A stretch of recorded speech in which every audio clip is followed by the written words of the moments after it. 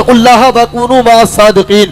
اے ایمان والو اللہ سے ڈرو اور سچوں کے ساتھ میں ہو جاؤ۔ لیکن آج ہمارے معاشرے کے لوگ اگر ساتھ میں کسی کا ساتھ پسند کرتے ہیں، وہ کسی مالدار کا کوئی ساتھ پسند کر رہا ہے، کوئی کسی جو ہے عہدے دار کا ساتھ پسند کر رہا ہے، کوئی کسی جو ہے ذمہ دار کا ساتھ پسند کر رہا ہے۔ آئیے جب ساتھ پسند کی بات آتی ہے تو آپ حضرات کو ایک بات اور بتاتا ہوا چلو، آج اگر کوئی ساتھ پسند کر رہا ہے وہ اپنے محلے کے سباسد کا ساتھ پسند کر رہا ہے، اگر کوئی ساتھ پسند کر رہا ہے اپنے محلے کے چیئرمین یا اپنے محلے کے کسی نیتا کا ساتھ پسند کر رہا ہے، اگر کوئی ساتھ پسند کر رہا ہے اپنے وقت کے جو ہے کسی دروگا یا کسی ودھائک یا کسی چیئرمین کا ساتھ پسند کر رہا ہے۔ میرے ملت کے نوجوانوں، یہ جو تمام ساتھی آپ تلاش کرنا چاہتے ہیں، یہ تمام ساتھی یہ تمہیں دنیا تک محدود رکھیں گے۔ آئیے آپ کو بتاتا ہوا چلو وہ کون سا ساتھی ہے جو دنیا میں بھی کام آنے والا ہے، آخرت میں بھی کام آنے والا ہے، دنیا میں بھی عزتیں دیتا ہے، آخرت میں بھی عزتیں دیتا ہے۔ آؤ اکٹھا ہو جاؤ اور ایک زبان ہو کر کے آقا کی بارگاہ میں حاضر ہو جاؤ۔ میرے پیغمبر ارشاد فرماتے ہیں کہ جو کوئی بندہ مجھ پر رسمی طور پر درود پاک پڑھتا ہے، میں اس کا درود میری بارگاہ میں فرشتے پیش کرتے ہیں، اور جب کوئی بندہ مجھ پر دل کی بے پناہ گہرائیوں سے عقیدت و محبت کا مکمل اظہار کر کے مجھ پر ایک مرتبہ درود پڑھتا ہے، میرے آقا ارشاد فرماتے ہیں اس کا درود فرشتے میری بارگاہ میں پیش نہیں کرتے، بلکہ اس کا درود میں اپنے کانوں سے سنتا ہوں اور اپنے عاشق کو پہچانتا بھی۔ نعرہ تکبیر، نعرہ رسالت، علماء اہل سنت، فیضان سرکار محبوب الہی، بہت اچھے، واہ واہ حضرات محترم۔ لیکن آج ہم جو ہے بالکل اپنے اعتبار سے، اپنی طبیعت کے اعتبار سے اپنی زندگی گزارنا چاہتے ہیں۔ میرے ملت کے نوجوانوں، طبیعت کے اعتبار سے زندگی گزاری ہوئی کامیاب نہیں ہوتی، طبیعت کے اعتبار سے زندگی گزاری ہوئی جو ہے فلاح و کامیاب نہیں ہوتی، بلکہ جو ہے شریعت کے مطابق جو زندگی گزرتی ہے وہی تو کامیاب و کامران ہوا کرتی ہے۔ عزیزان گرامی وقار، آج کا یہ جلسہ، آج کا یہ جشن غوث اعظم عبدالقادر جیلانی کے تبسل سے رچایا بنایا جا رہا ہے۔ 11ویں شریف کا یہ سنہرا موقع ہے، ہر کسی کی زبان پر آج صرف دہلی کی سرزمین پر نہیں بلکہ پوری دنیا میں غوث اعظم کا ذکر ہو رہا ہے، پوری دنیا میں غوث اعظم کے شیدائی ہے، پوری دنیا میں غوث اعظم کے چاہنے والے، غوث اعظم کے ماننے والے ہیں، اس لیے کہ غوث اعظم نے مصطفیٰ سے سچی محبت کی ہے، غوث اعظم نے مصطفیٰ سے سچی محبت، سچا عشق کر کے پوری دنیا پر حکومت کر لی ہے۔ جیسے تمام رسولوں میں میرے مصطفیٰ کی رسالت ممتاز تھی، ایسے تمام ولیوں میں غوث اعظم کی ولایت ممتاز ہے۔ سبحان اللہ، سبحان اللہ۔ اور میرے غوث فرماتے ہیں اگر میرا کوئی عاشق مجھے کسی بھی کونے سے پکارتا ہے، میں اس کی پکار کو سنتا ہوں اور اس کی مدد کے لیے پہنچتا ہوں۔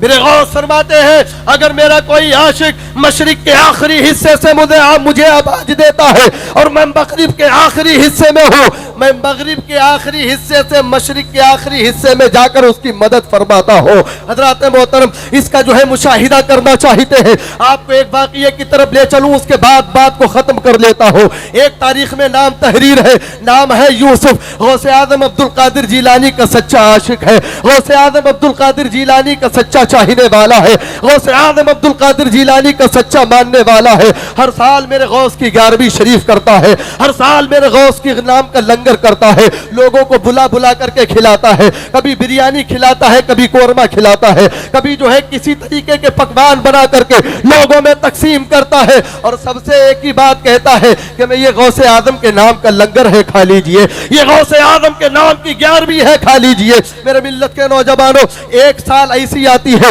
کہ یوسف کی طبیعت علیل ہو جاتی ہے، طبیعت علیل ہوتی ہے، یوسف اپنے بچوں کو بلاتا ہے اور بلانے کے بعد کہتا ہے میرے بیٹوں، وہ کوئی اور ہوگا جو باپ اپنے بیٹوں کو وصیت کے دوران کوئی کسی بیٹے کو دکان دیتا ہے، کوئی کسی بیٹے کو مکان دیتا ہے، کوئی کسی بیٹے کو کھیت دیتا ہے، کوئی کسی بیٹے کو کھلیان دیتا ہے، کوئی کسی بیٹے کو بینک بیلنس دیتا ہے، کوئی کسی بیٹے کو جو ہے کاروبار دیتا ہے۔ اے میرے بیٹوں، ہم نے تمہیں مکان دینے کے لیے نہیں بلایا ہے، ہم نے تمہیں دکان دینے کے لیے نہیں بلایا ہے، ہم نے تمہیں کاروبار دینے کے لیے نہیں بلایا ہے، ہم نے تمہیں کوٹھی دینے کے لیے نہیں بلایا ہے۔ اے میرے بچوں، ہم نے تمہیں بلایا اس لیے طبیعت میری علیل ہے، اگر میرا انتقال بھی ہو جائے تو غوث اعظم کے نام کا لنگر نہ بند کر دینا۔ واہ واہ واہ، اللہ اکبر، یا رسول اللہ یا رسول اللہ، زندہ باد زندہ باد زندہ باد زندہ باد زندہ باد۔ غوث اعظم کے نام کا لنگر بند نہ کر دینا۔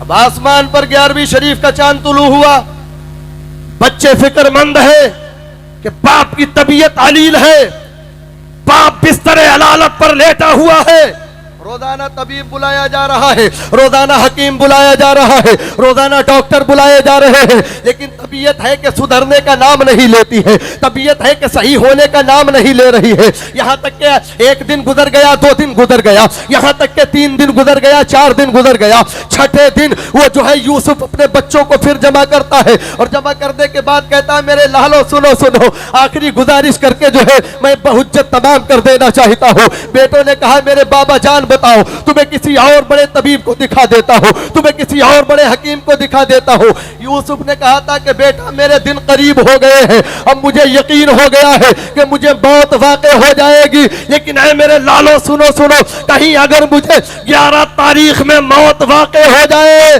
تو بتاؤ میرے لاشے پر رو گے یا 11ویں شریف کرو گے؟ تو کون بیٹا ہوگا جو یہ کہے گا کہ بابا جان ہم لنگر کریں گے؟ بیٹوں نے کہا کہ بابا جان باپ کے مرنے پر بیٹا روتا ہے، باپ کے مرنے پر بیٹی روتی ہے، شوہر کے مرنے پر بیوی روتی ہے، دوست کے مرنے پر دوست غمزدہ ہوتا ہے، رشتہ دار کے مرنے پر رشتہ دار مرتا ہے۔ اے میرے بابا جان رونا ہی جو ہے مقدر ہو جاتا ہے مرنے کے بعد۔ یوسف نے کہا تھا اے میرے بیٹو میرے مرنے کے بعد میری لاش اگر 11 تاریخ کو سامنے رکھی ہو وہاں سے ہٹا دینا، رونا نہیں، غوث اعظم کا لنگر شان و شوکت کے ساتھ کرنا۔ باپ نے بیٹے کو وصیت دی، بیٹیوں کو وصیت دی، زوجہ کو وصیت دی، تمام رشتہ داروں احبابوں کو وصیت دی، اور اس کے بعد ایسا ہوتا ہے کہ 10 تاریخ کی رات میں یوسف کا انتقال ہو جاتا ہے۔ انا للہ و انا الیہ راجعون۔ یوسف کا انتقال ہوا، صبح کے وقت میں لنگر کا دن ہے، سارے لوگ لنگر کا انتظام کرنے لگے ہیں۔ یوسف کے لاشے کو ایک کمرے میں دم بند کر دیا گیا ہے اور سارے لوگ لنگر کا انتظام کر رہے ہیں، کوئی گوشت کا انتظام کر رہا ہے، کوئی روٹی کا انتظام کر رہا ہے، کوئی تندور کا انتظام کر رہا ہے، سارے لوگ مل کے لنگر کا انتظام۔ لوگ سوچ رہے ہیں کہ گھر میں لاشا ہے لنگر ہو رہا ہے، گھر میں لاشا ہے لنگر ہو رہا ہے، لیکن ان کو کیا معلوم تھا ایک عاشق کا یہی جو ہے مشورہ تھا۔ ایک عاشق دنیا سے جاتے جاتے غوث اعظم کے نام کا لنگر کو ترجیح دے کر کے گیا ہے۔ بیٹوں نے لنگر کا انتظام کیا ہے، پورا دن لوگوں کو کھلاتے رہے، آئیے غوث پاک کے نام کا لنگر کھا لیجئے، آئیے غوث اعظم کے نام کا لنگر کھا لیجئے۔ ساری سوسائٹی کو، سارے محلے والوں کو، تمام راستہ میں چلنے والوں کو، سب کو غوث اعظم کے نام کا لنگر کھلا دیا۔ آ گیا شام کا وقت، جیسے ہی شام کا وقت آتا ہے وہ جو ہے تمام لنگر کو سمیٹ کر کے کمرے میں بند کر کے اپنے باپ کے غم میں مبتلا ہونا چاہتے ہیں۔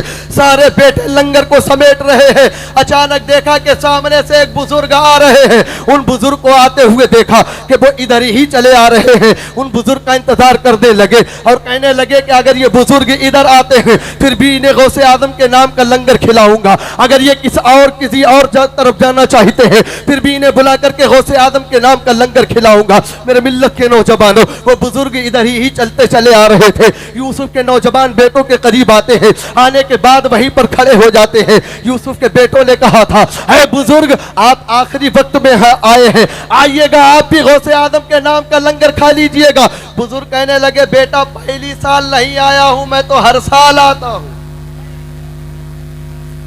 پہلی سال نہیں آیا بیٹا، میں ہر سال آتا ہوں۔ وہ جو ہے وہ نوجوان ان بزرگ کو اپنے گھر کے اندر لے کر کے گئے، دسترخوان لگایا گیا، دسترخوان لگانے کے بعد کھانے کو رکھا گیا۔ کھانے کو رکھنے کے بعد نوجوان نے کہا تھا اے بزرگ آپ تناول فرمائیے گا۔ بزرگ کہتے ہیں کہ بیٹا ہر سال میں تیرے باپ کے ساتھ میں لنگر کھاتا تھا، تیرا باپ کدھر گیا؟ نوجوان نے کہا میرا باپ بازار گیا ہے، نہ جانے کتنی دیر میں واپس آئے گا۔